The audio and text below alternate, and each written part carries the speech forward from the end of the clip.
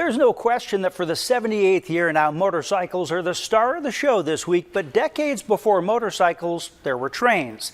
And in one Northern Hills town, miniature trains still draw eyes, commemorating those days gone by. It's a display that inspires daydreaming as we climb aboard along the way to Deadwood. Up in the old gold town of Deadwood, traditional brick roads are lined with bright, shiny bikes, a fun contrast between present and past. But in a basement beneath a t-shirt shop, the nostalgic sounds of old railroads still fill the air. And for just $1, you can put your nose up to the window and watch these miniatures ride the rails. So back when I was 8 years old, my dad bought me my first train set. And we built our first layout in the basement on a little 4x8 sheet. And that's where I learned how to lay track and do work with plaster and making mountains. And Jack Anfinson is the president of the Northern Hills Railway Society. He's been a member since 2010. There are pictures of trains lining the hallway, including some from here in the hills. In the Black Hills, there were 3 railroads. And the first one that started up was the Black Hills and Fort Pierre. And that was owned and operated by the Homestake Gold Mine. The Deadwood Central ran passenger service from Deadwood to Lead and back. And then the Fremont, Elkhorn, and Missouri Valley came up, and they serviced all the mines up in the hills.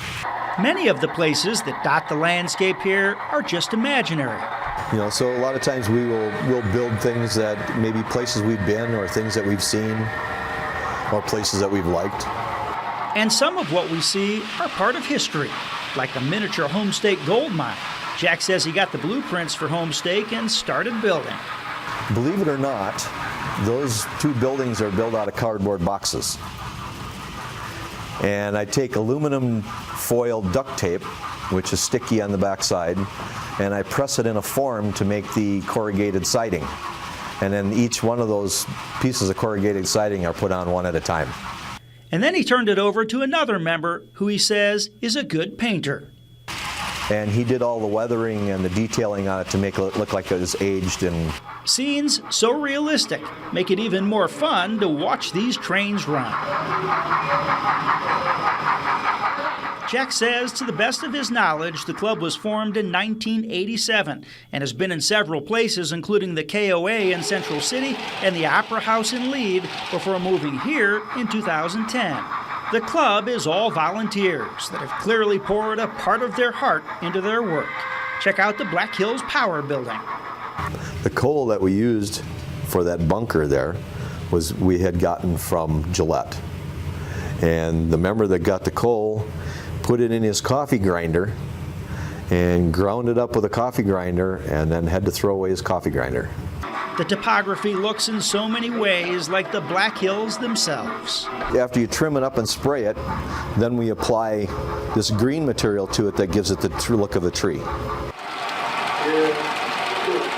Each locomotive has its own designated controller, and it has its own frequency. So you can have up to 99 different trains on your layout with 99 different controllers. Which they don't. It's not a big money operation. We have the dollar machine that runs the trains, and we have a donation box. And between those two, they keep us funded enough to keep our operation going. Outside, Main Street is lined with bikes. It's a tradition. But in a place whose golden history is so full of railroads, it only makes sense to preserve those memories with miniature trains that still chug through the hills just like they used to.